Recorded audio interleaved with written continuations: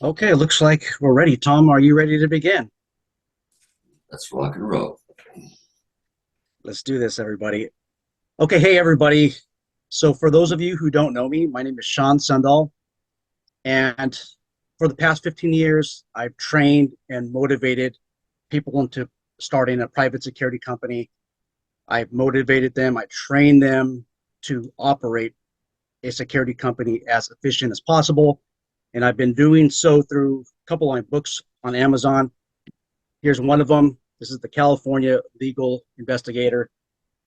It's more on the private investigation side, but it does briefly talk about private security. And then I have this book on Amazon called The Private Patrol Operator. This is the third edition. I also been training and mentoring companies, individuals through my YouTube channel, the Security and Investigations Leadership Channel. I've been in law enforcement for over 2 decades.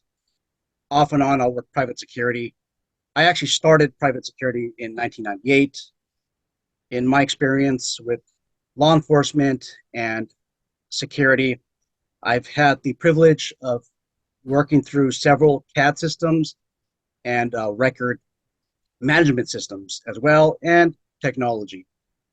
Today, today I'm going to introduce Tom. Also, you might hear a female voice in the background. This is one of the most important voices here because this person is going to help us out with Zoom. And when Tom talks, he's going to talk about um, hiring people that are smarter than you. And I am not smart when it comes to Zoom. So Teresa from CommandHub Solutions is going to help moderate the video, moderate the webinar, and also she's going to go through all the questions that you guys have. So actually, right now in the comment section box, you guys could start asking questions. We're not going to be able to ask every single question, but I think the majority of the questions we'll absolutely have time to discuss. So there's a couple of topics on the agenda. Tom is going to talk about how he earned a lot of money starting a security company. And he's been doing so in the last 2 decades. And it's not just like 100,000, it's 100 million, $100 million. He's going to talk about how he keeps clients. How does he keep them happy? He's going to talk about how to retain them. And then he's going to talk about technology towards the end. And we'll open it up to Q&A, and then we'll have some closing remarks. We anticipate probably 30 minutes, no more than an hour. I'll leave the floor with Tom. Tom, welcome. Welcome to our webinar. Would you please give us a brief introduction about yourself? Yeah, good morning. Thank you, Shaun, and thank you for hosting this for us. And thank you, everybody, for joining. It's good to have everyone here. My name is Tamar, and I've been doing security for the last 23 years. Started doing security when I was 18. Just literally starting watching a cement dry, and I've done anything and everything in between, from being armed, unarmed, supervisor, patrol, dispatch, secretary, even admin. Yeah, I mean, I literally, I've done it all. I have a contest with some of my staff sometimes, like, if you can't point something that I haven't done, I'll give you $100. And so far they haven't been able to get me yet, so let's see. So I've learned a lot of lessons throughout my career. Again, I managed companies, I bought and sold companies, and did all of those. So I have a little bit of experience doing this. Great. It looks like you have a diversity of knowledge. So I think it's fair to say that you are that guy that worked the beat, that maybe your relief came late. You were that A guy few that stood times, there in the rain, in the sun, right? only a few times, yeah. Only a few times. Perfect. Hey, Tom, so a lot of people that are watching the webinar, they want to know how you got to $100 million.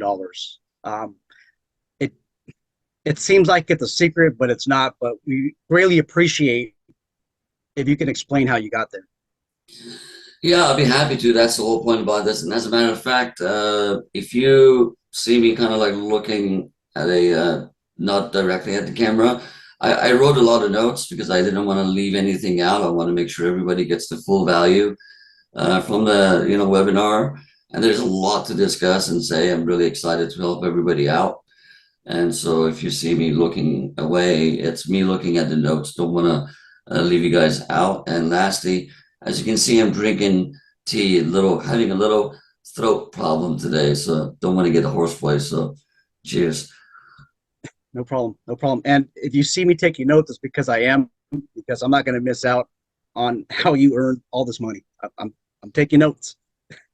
All right. So basically, obviously, I didn't make the over $100 million overnight. There's, as you said, I've been in security for a little over 2 decades, and I don't count when I worked as a regular guard, and those don't count to me, even though it's still earning, but it wasn't counting toward the business side of things, right? And I helped a lot of companies make a lot of money by doing different things. So let's go ahead and fast forward from when I started the security company, the second one, because I had one before and obviously it didn't go well. And I learned a lot of lessons from that one and then I applied it to this one.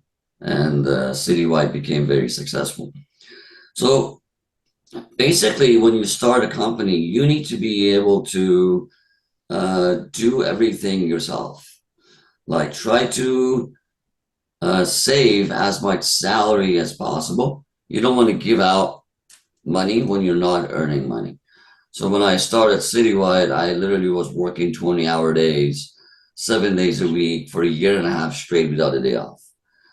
And the next day off I had was because, you know, I really did a day off finally after, a year and a half. So save salary by doing everything you can yourself because you're going to be a one-man show when you start generally. So that's one thing. And it's very important to do that because that would keep your company debt-free, right? When you don't have income, you don't earn payroll, you don't have to pay out payroll, you save money. So having a debt-free concept is really important. If you don't have money to start, I would go with get investors, don't get loans.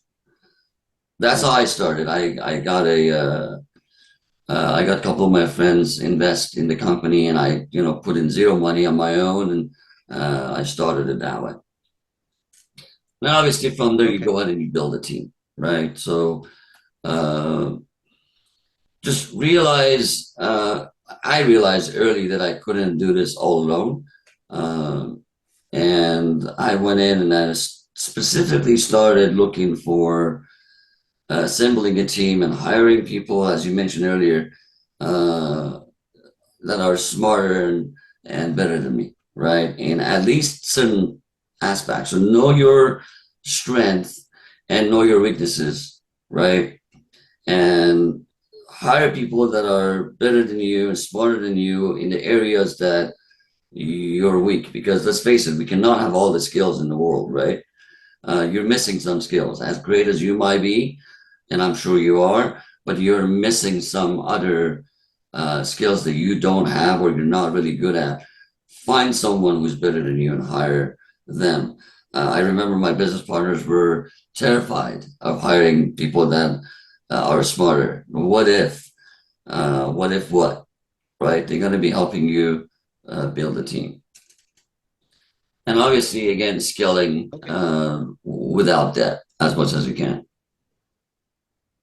Scaling without debt. Okay, gotcha. So, hey, Tom, what do you think about like cold calling, like hiring a telemarketer? I know it kind of sounds like cheesy ideas, but everyone that starts off security company, they have these wild ideas. Does that even work? Like cold calling, hiring somebody to make the calls, or what do you think about that? I mean, obviously it works. I'm not saying it doesn't work, but you're going to get 200 hangups and no's before you get one yes, right? So if that's the route you want to do, by all means, go ahead and do it. It's one way of doing it. When I started, I was doing door to door and doing, cold kind of visiting properties, right? And then all of a sudden, one of the people told me to join in associations or chambers and stuff like that. So I find that out to be the most rewarding way of getting clients is joining a basically an association, or get involved with your community and stay involved, things like that. So create relationships. It works out a lot more and better than cold calling, even though I still did the whole, again, door to door, still, no matter what. So until you build up that pipeline, you still need to do cold calling, right? So you still need to do Google ads, because you want the clients come to you also more than you go into them. But for example, with Citywide, we literally stopped cold calling, and we have stopped putting any sort of ads a while ago. That's because, again, the networking that you do, the good service that you provide, it's going to ultimately lead into people referring you, right? The best type of marketing, in my opinion, is the word of mouth, right? So if you have a client that is willing to refer you to others, and he or she is so excited about you that would talk to others, then that's the best way of doing it. Okay. What do you think about like building a good website? Do you think that helps get clients? Obviously, nowadays is a given, right? So everybody needs to have a website. Everybody should have the best website possible. Highlight all the stuff that you do in there, and do the proper SEOs, proper photos. But again, that's something that everybody does. If somebody's not doing it, then you're definitely messing up. You gotta have a website.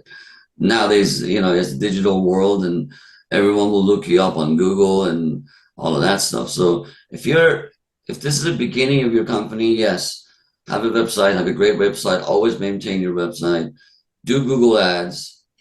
Anytime I actually cut budgets on marketing in the beginning, it screwed us. So there are difficult times, right, that you end up cutting costs to stay afloat.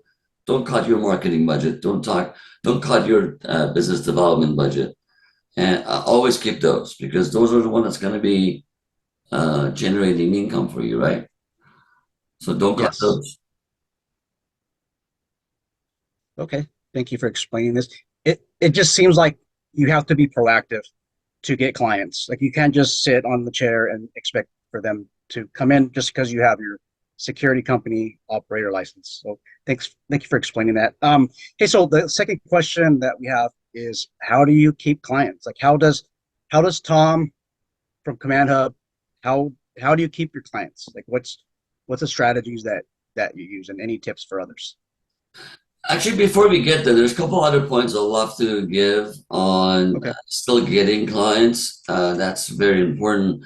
Uh, Yes. One of the main things that I learned, and I want to make sure everyone knows, is look, don't overpromise your clients, and obviously don't underpromise. Tell them what you actually could do. This is very important. A lot of people will go in there and they're excited and they want to get the contract. They say yes, yes, yes, yes, and then some to everything the client wants, right? And then Yes. when it comes to delivering it, then you're going to come up short. In my opinion, it's better to be honest in the beginning and straight say, look, I could do A, B, C, and D. Let's just start with D, see how it goes. And then if you can improve and add in any more services, I'll let you know, kind of thing, right? So that's very important. Always, always be honest and try to only promise to give what you could deliver. It's always better to uh, deliver promise, right? Another thing is Yes. don't grow too fast.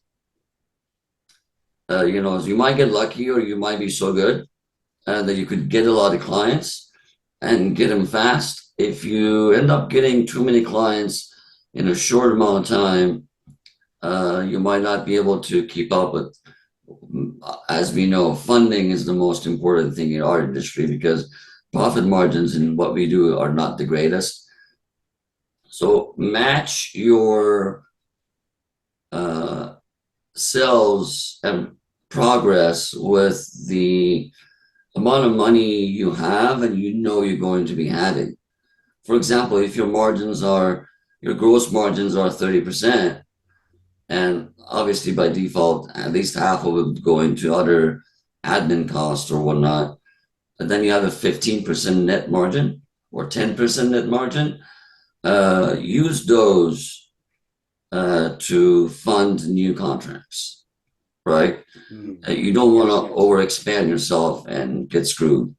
You're going to fall behind on training. You're going to fall behind on the quality. Steady growth is the best to do. And again, another way of getting clients is, like I said, get involved with the community and join these groups, different groups that they are. The best way of doing it, if you don't have money for, let's say, 2, 3 organizations, pick one and just focus on that one. Do networking on that one. And for example, try to focus on joining the groups that matches the type of security you want to do. Example, I don't know if anybody here focuses on construction security, right? So if you're focusing on just doing security for constructions and things in that nature, look up, like, let's say, building industry association in your area, right? And join that group. Don't join the chamber. Chamber, everybody wants to sell you life insurance and and candies and financial advisors and all that. And all you get is salespeople. You don't get to the decision makers, right? Join those kind of groups, like rental housing association kind of thing, if you're into residential security. And what I would really do when you join those, is try to build relationships. Networking is one thing, but networking should result into you basically creating a relationship. You don't want to be a vendor. You want to be a friend, right? It is harder to fire a friend than to fire a vendor, right? Now, how do you become friend with someone? I remember this is what we did and it's still doing, and it just brings you so many good things, so many contracts that you will go be like, oh, I need to wait. Like, we literally have contracts that we say, wait, we're gonna have to start you.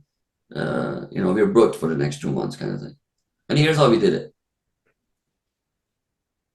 Let's say you're in the building industry association, you're in an apartment association, and you join these groups. If you ever are in a battle with someone, you will become friends for life, right? I don't know how many people here have military background, but you will never forget the buddy of yours that you were in the battle with, in the war with, right? So have that concept and apply it into the business. How? This is how you do it. For example, apartment complexes, right? There is a legislation that will come up, and it's a rent control legislation. And trust me, landlords and property owners hate those. Now they want to go and lobby, try to defeat the rent control bill, right? If you join that lobbying effort and you go help them, donate to them, raise fund for them, or just going to the lobbying trip into DC or whatever your state capital is, and help them with defeating that bad legislation, guess what? You're now their battle buddy, right? And anytime they think security, they will think of Shaun. Shaun was there and helped me to defeat this legislation, If I need security, I'm calling Shaun. But honestly, that is the most valuable tip that I can give you when it comes to sell. Make a friend, make a relationship, and if you find them in a battle, join them.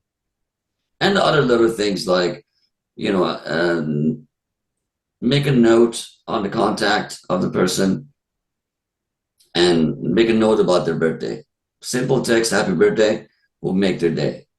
Find out what is their favorite coffee and leave it on the notes on the contact on your phone. So when you go and stop by, you get the I don't know the Cardinal Macchiato extra shot of whatever, right? And they love that.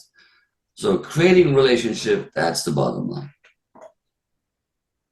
And Tom, you're kind of, I guess, threading on the next question on how to keep clients, retain clients. When you said, find out what they like, um, and then also when you said tell them what you could do, not overpromise. I think that's an excellent concept that we can use to keep our clients. I got one more question before we go and dwell further into how we keep the clients. What do you think about the bottom feeder concept? Like, hey, you know what? I'm just starting off private security. I'll take any contract. I'm going to outbid every single person because I just want to get my first contract. I don't care how our uniform looks. I'll wear a T-shirt like the old bouncer type that says security on it. Like, that's the bottom feeder concept that we're seeing. What do you think, Tom? Yeah, please, for the love of God, don't be a bottom feeder.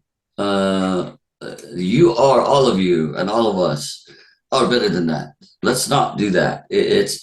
That's how our industry actually is kind of messed up a little bit because of a lot of these new people coming in and they just take anything.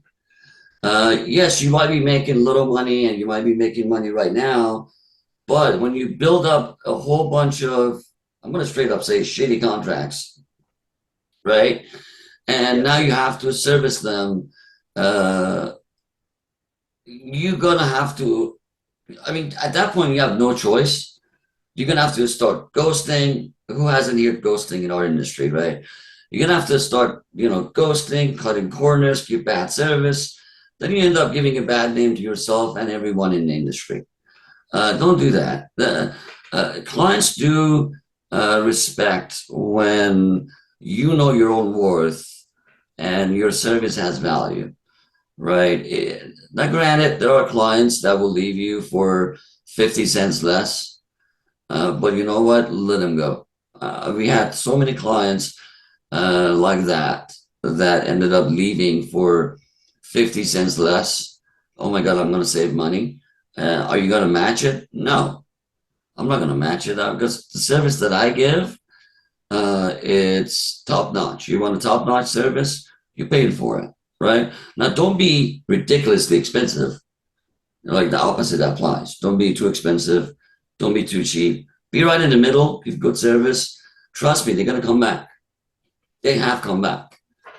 I don't know how many clients, I would say more than 10 or should probably more than 20 throughout the 20 years of me doing security have come back to either my company or the company I was working for saying, yeah, I was saving, I don't know, $500 a month, but oh my God, they sucked. Then they come back.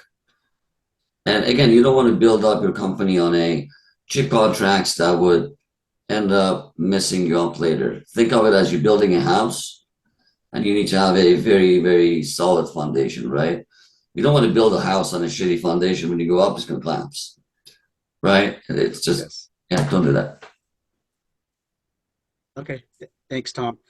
So you did touch on it a little bit. How are we going to keep our clients? How are we going to retain them? Keep your clients by obviously providing and continue providing a good service that you promised, as we just explained, right? And price them right so you could do that. We already talked about that. Um,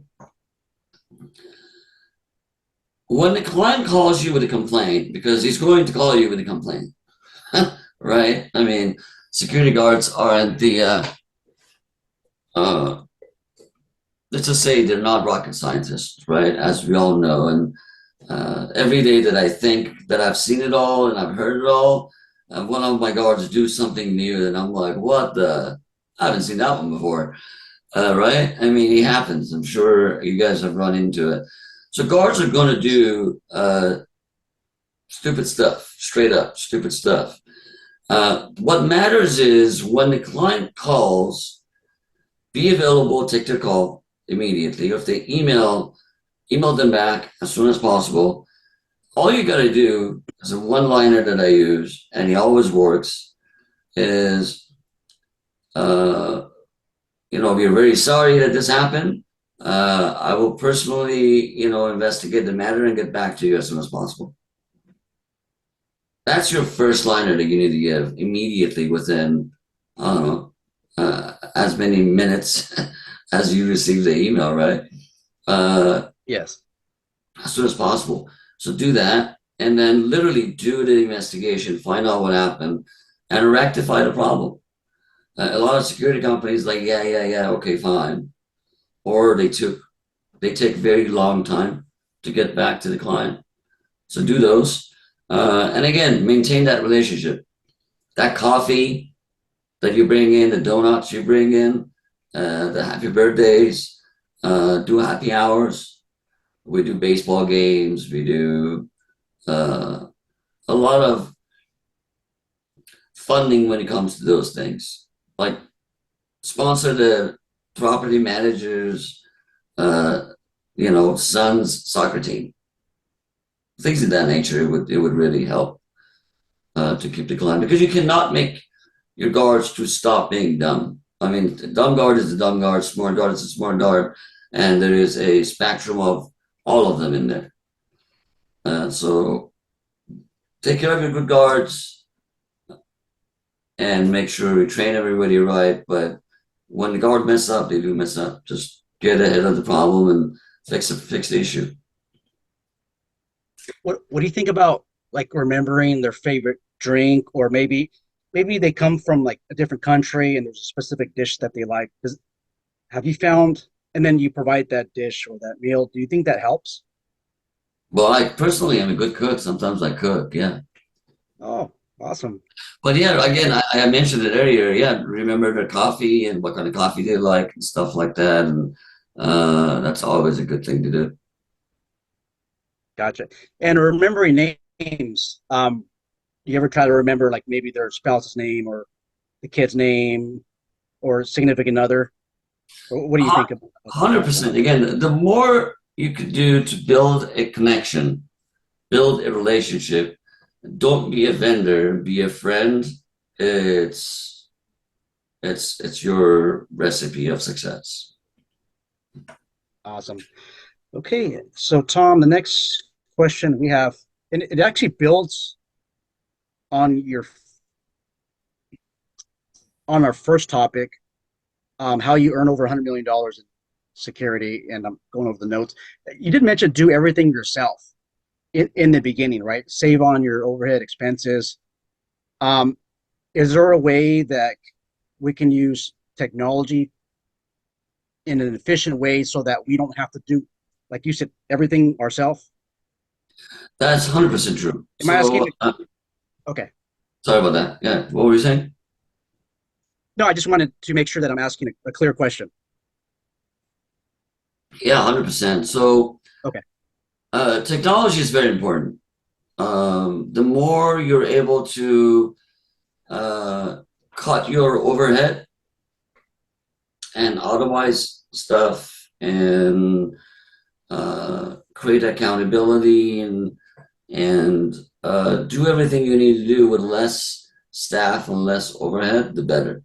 So that's actually one of the main reasons that I went along with my team and we created CommandHub.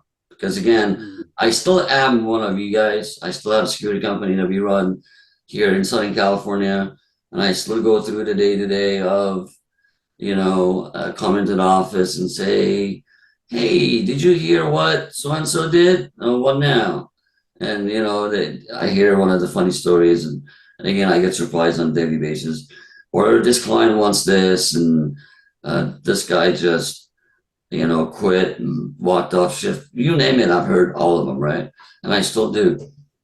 So what we ended up doing is I got so tired of it that there was nothing out there, right? So we went and we created Command Hub.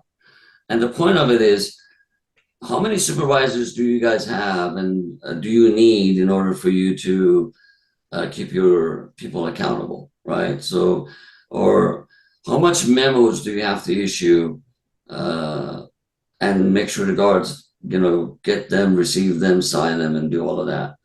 So, using software, whatever the software is, make sure you have a good software, good technology platform for yourself, for your clients, whatever it could be out there. There's a lot of them actually out there, but uh, uh, I might be a little biased. I think CommandHub is the best. So, but it's a true all-in-one platform, and it does a lot of stuff. So, for example, and if Teresa can go ahead and show us a couple of uh, options on there, that would be great.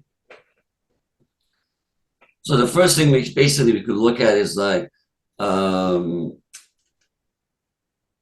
again, going back to the communications, right? So how many times you send memos out and your guards were like, "Oh, we didn't see it, we didn't hear about it," uh, things of that nature. Or you have to task your supervisors to go out in the field and physically deliver them these memos, right?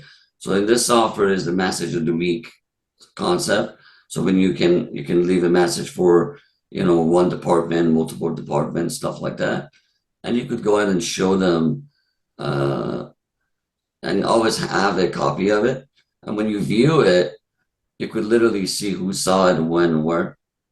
So that's a good liability thing. Like this saved us quite a few times when people are like, "Well, boss, you didn't tell me I need to be in, for example, 15 minutes before my shift." I'm not saying that's legal or illegal. Some states are good, some states are not. Uh, but we were able to say, no, look, you read this at this time and all that. So pass downs, who doesn't remember the good old black books that we write pass downs on? And we have to go like page by page, look at it.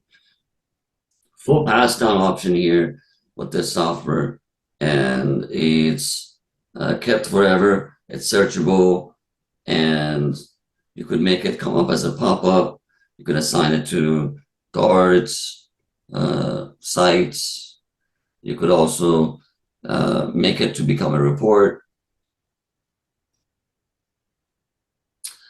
And think like your HR department, how much money do you spend on making sure your guards are up to date with their permits and licenses? The system is able to track and manage your employee profiles, right?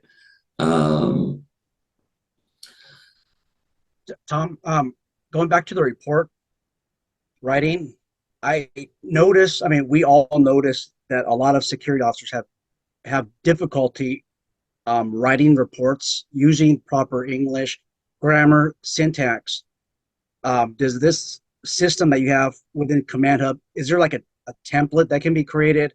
Spell check? Is there a way that we could professionalize the output that is being placed out there to our clients? Because if the client reads a crappy report, for lack of better terms, I think it's a huge reflection on the company. Is there some type of like streamlined process, a template process that you have? yeah, I had a guard, I had a client that called me actually one day. Says, "What is this?" And the guard wrote, "I connected with a black juvenile male in the playground," and I was like, "Oh my god!" So yeah, bad reports. We've seen a lot of those. So in our system, in this system, when you go into a company setting, you actually can create an activity code.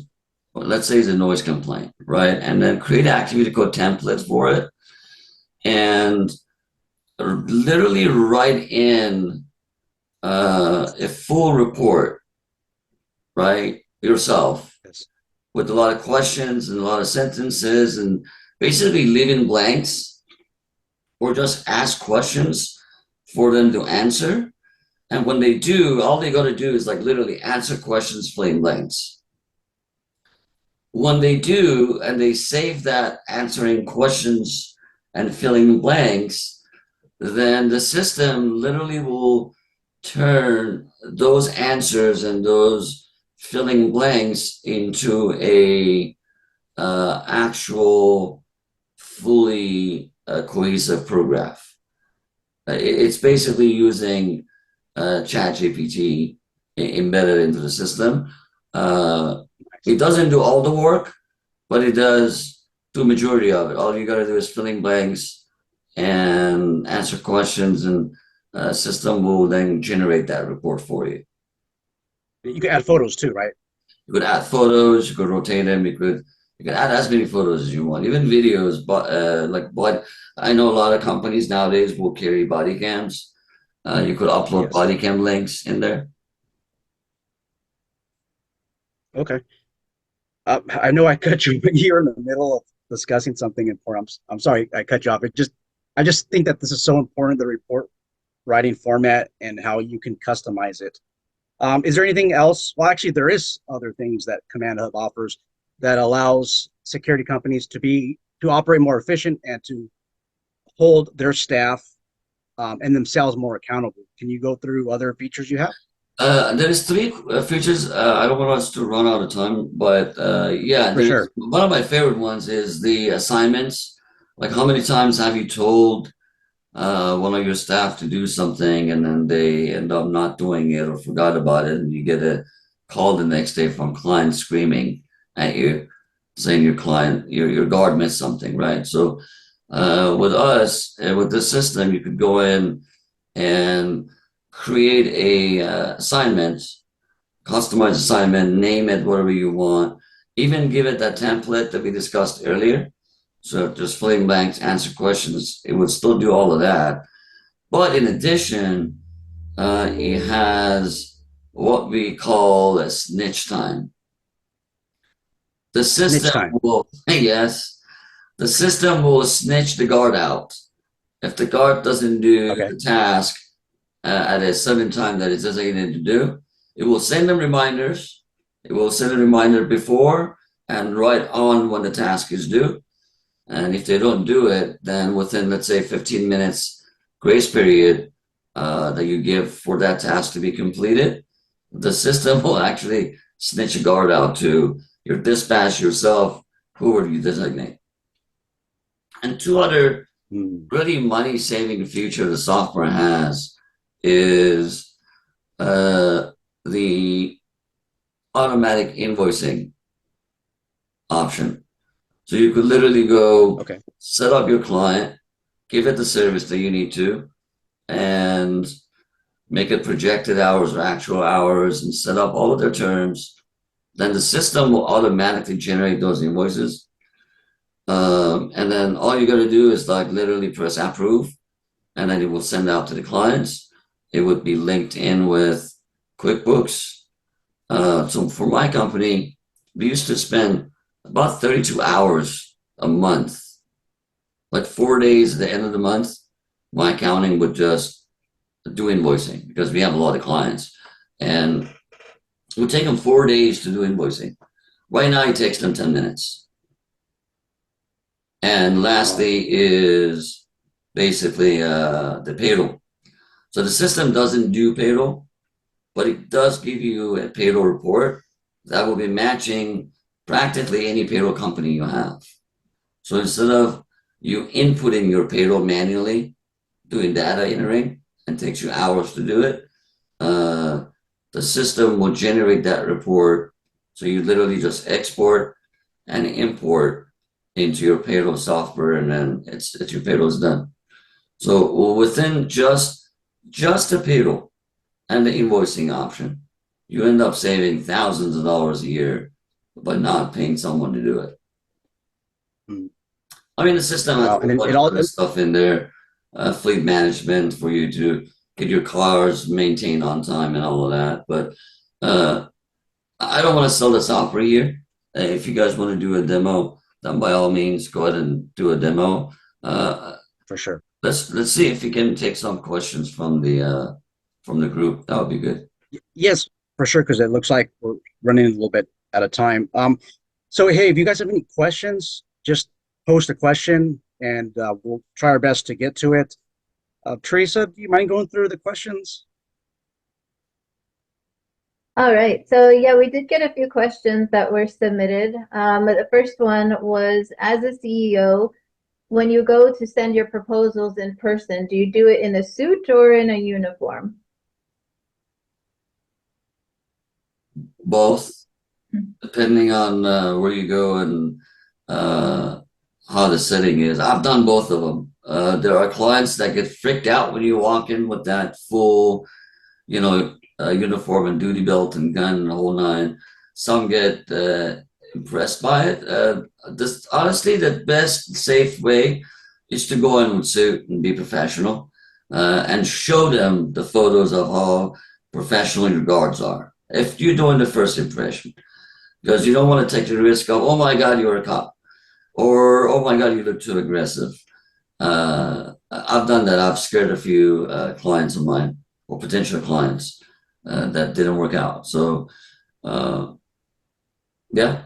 Uh, One of the biggest thing when it comes to that is like a lot of time people think in our industry we are wannabes, right? We want to be cops, and if you have that mentality and your clients see it, they might see that as liability. So I rather them seeing you as a businessman and a professional versus, oh, he's trying too hard to be looking like a cop. All right. Okay. Do you think it's important to build a personal brand to achieve the $100 million? Build a personal brand. Uh, I don't get that. Build your company brand. Like when someone says, again, my company name is Citywide, so everyone where we are knows Citywide. They know our reputation, they know our integrity, and personal brand. Like I don't know if you guys seen it. I wear a cowboy hat, and I'm known for that. So yeah, that helps too. Anything that people remember you by, it's a good thing. And last question from this user was, do you recommend a security app to follow up the officers, checkpoints, online reports, and is there anything that you recommend? Yes, yes, yes, and CommandHub. Actually, yes, the employee tracking is something that also CommandHub has. It's live tracking. Um, Always, again, if you don't use CommandHub, that's fine. Use another software. You must have a software for your company that does your reports, that does your employee tracking, that does hold your guards accountable, and is able to show your clients what you do. Like actually, we didn't go over it, but Teresa, if you're going to be so kind and maybe a quick show of the client portal. And like for CommandHub Solutions, we have the client portal that your clients have their own, and they can actually see all the reports, search it, see analytics on it, see their incidents, see their forms. They have like a little heat map of what the activities are on their properties. They could get a help, like we have a full-on ticketing system. Can you click on one of the photos? We have a full-on ticketing software that they could put in their complaints, their kudos, whatever it is that they have, they could do. And they love it. We had clients that literally left and came back because of the software. So if you got a great software that your client gets the value out of it, it's very important. And most importantly, highlight it in your website. Have a technology area on your website that says what system you're using and give an example of your report. And don't care about what the competitor does. Don't compete with the competitor. Compete with yourself. That's another big one for me. For as long as you're busy competing with others, you you're not in the right game. Compete with yourself and improve yourself. Awesome. Any other comments or questions, Teresa? Yes, we had a few. What is something in the security industry, or I'm sorry, what is something the security industry still gets totally wrong in your opinion? Underbidding. We still do that. As I said, we go out of our way, try to get a contract, not thinking that you're not going to make money. And again, when you do that, you're either not going to make money and you're going to go under. And if you don't want to go under, then you are forced to cut corners and ghosting. And that gives the industry a bad name. If you have $100 million contract and you're losing $2 million a year off of it, you might as well not have it because you're still losing 2 million, or you're just breaking even. Imagine the liabilities you're going to have if one of your guards do something they're not supposed to. So don't underbid, therefore don't cut service, therefore don't cut corners, and don't give us bad names. And then Tom, going on underbidding, also if you underbid, you're not going to be able to give your employee the raises that they deserve. True. True. Okay, what other questions do we have, Teresa? Those are good questions. I like it. Yeah, it looks like one of them is, what would you do differently if you started a security company today in 2025 instead of 20 years ago? First thing I would do, honestly, is I buy software. Back then, it didn't exist. We didn't have software. We used to do the old school DARs. You would write so many reports that your hands would go, ouch. And then you have to rush and drive to these properties one by one, drop them in their mailbox, and it's raining and all that. So set up with the technology.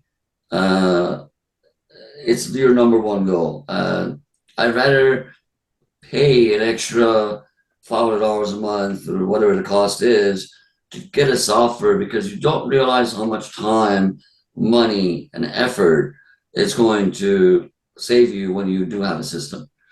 And there is a lot of systems out there. You could have 5 different softwares that do 5 different things, and you have your data all over the place. And we have done that too before. At some point, the company had like literally 5 different softwares, and your data is entered into 5 different ones. Nowadays, good luck getting employees to do something right once. And imagine entering those data into 5 different systems correctly. Good luck with that. So get a system that can do majority, if not all, of the features in one software.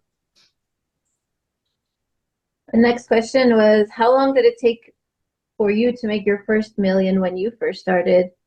And what would you change today if you were just starting to get there quicker? Those are really good questions. Love it. Yes. With my first company, I never, well, actually, I did. It took me 6 years to barely get to $1 million. It was a very small company, didn't go anywhere. And I was 22. I thought I knew everything when I started that company, like any other 22-year-old would, right? Second company, year 2. Year 2, we had, actually, we had 1.5 million. So we went from, I think it was like 800,000 year 1, and year 2 we went 1.5. So what would I do differently? I would, again, technology. When I started, we didn't have technology. We didn't have reporting software. So when you don't have those, you come across as a small company, right? You come across as a one-man show, and you want to show that you're bigger. Even though you're not, you always want to show that you're bigger, right? marketing. You're not lying. You're just calling it twist and truth on that one.